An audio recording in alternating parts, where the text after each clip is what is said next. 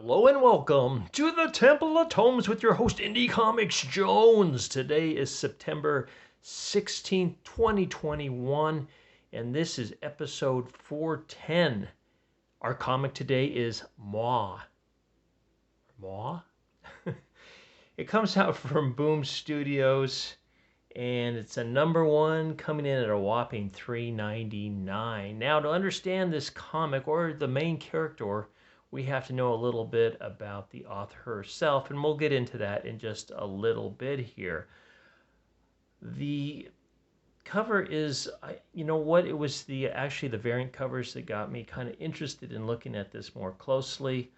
Obviously, it's got kind of a feminine motif to it. I'm not sure what the moi means at this time. We'll find out, I'm sure, somewhere in the future if we continue to read this. Now, I'm not going to give this a recommend just because it's not your typical comic. It is very dark, depressing, has a lot of undercurrents, and I think it's kind of almost autobiographical for the author, or she might have, him may object to me saying so, but this is what I'm picking up. These are the vibes I am picking up on this. I might check it out, the second issue, just to see what kind of progress they make in the story, but my main fear with this is the main character, Marion, is just not likable. I don't feel myself pulling for her. She's a moping Marion, and that's that. We'll get into that, though, in just a bit. Let's take a look to see who worked on this. The story is by Jude Ellison S. Doyle. Now, she is a feminist writer. She considers herself queer, non-binary. There's something else in there. Or I should say he/him considers that. But he also goes by the pronouns they and them as well. And they've written a number of kind of critiques on American media, how women are treated in film and novels and things like that. You did a critique on Game of Thrones, I believe, as well. I'm getting most of this from Wikipedia, so I'm not sure how accurate that is. She did do some fictional work fairly recently in 2020, but most of her stuff before that has been critiques or, I guess, kind of researched writings. Illustration is by A.L. Kaplan. The colors are by Fabiana Mascola, with coloring assistance by Frederica Mascola.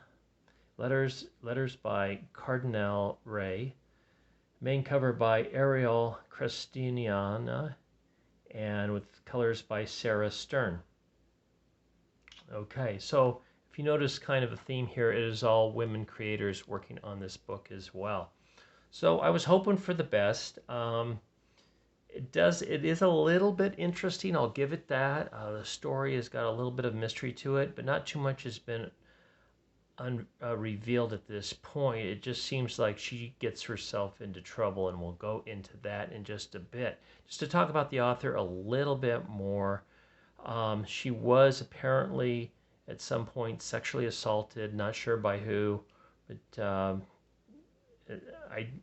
that seems to have a big influence on this story. Okay, first off, we get this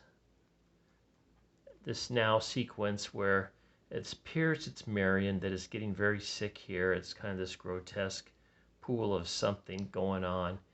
And then we get the flashback from 13 days earlier where she goes out to let me see if I can say this, Angitia Island off the coast of Virginia 13 days earlier with her sister Wendy. And we have this male Uber driver that's kind of taking them along. He's a scruffy looking fellow. But apparently he's the only one that's allowed to, only male, I should say, that's allowed to transport women to this commune that they are going to. The Sisters of Cybele, I believe it is, something like that. But he can't go all the way into the compound. He has to kind of drop them around the gate or so. So they have this discussion. Marion doesn't want to be there. She's very much just wants pretty much to get drunk at this point. That's what she's kind of her message is to her sister and the driver. So they go to this park-like atmosphere here. They comment that it's kind of like Jurassic Park. There's comments about Wade versus Roe. And I don't know why they keep bringing this up as a political thing. It's not going to get overturned. I don't know why they keep bringing it up. But it's just not going to happen. But it is like something that they bring up in the story, and it's all this thing is pretty much about women empowerment, and that the power that they have within them is divine. So Wendy brings Marianne along. The guy, I don't believe he's ever gets a name in this, which he's just a guy. Stays behind to mind the van and is ready to take them to wherever they need to go. They go over the hill to this communal bathing ceremony or something. It's not really explained too much, where they meet the headmistress, Miranda. And apparently she is a yoga instructor and a very powerful witch as well. So she greets Marion. Marion's a little cold to her, but her sister Wendy has had, I guess, yoga instruction with her before, so they're very friendly and seem to enjoy each other's company. Marion just talks about wanting to go off and get drunk. And then we see the women of all sizes coming out of the bathing pool here, and some of the ritual kind of continues. Meanwhile, Marion just wanders off. She finds the driver still there. He takes her back to town. She just wants to get drunk, and the ceremony continues with Wendy talking with Miranda about Marion a little bit, and we get this kind of spiritual outpouring from one of the other guests at this commune, and she's got this little idol. They put it up on this tree with all these other little idols that are hanging there, and it's supposed to represent their inner rage coming out, and they're displaying it as they also act out what they would like to do to their perpetrators if they had the chance or the power. And I think that's kind of what's going to play into this, is this Miranda, or the Diana Spiro, who we have not met yet, is going to somehow be able to grant them these powers. So Marion's taken to this dive bar. I mean, it looks kind of cool actually, but apparently it's really cheesy. Immediately there's this guy, kind of creepy looking dude, starts hitting on her. I guess he slips her a roofie. She's not aware of it, and you can see her fading out here. And she has memories of something cold touching her. She doesn't know where she is, or what happened to her. And we see these scales of justice behind her, and justice is blind. So she apparently wakes up on the beach, and she's kind of out of it. And it's not really clear on how she gets back with Wendy here, but they talk about kind of what happened, that she was drugged. When Wendy wants her to go to the police, but she goes, "No, you, what happened last time? I got drunk, and I guess she was sexually assaulted. They put cigarette butts out on her while she was having sex with, I guess, 3 guys."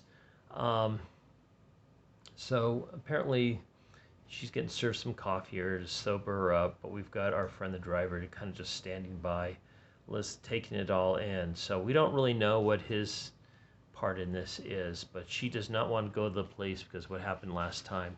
She felt the justice was not harsh enough to the people that assaulted her.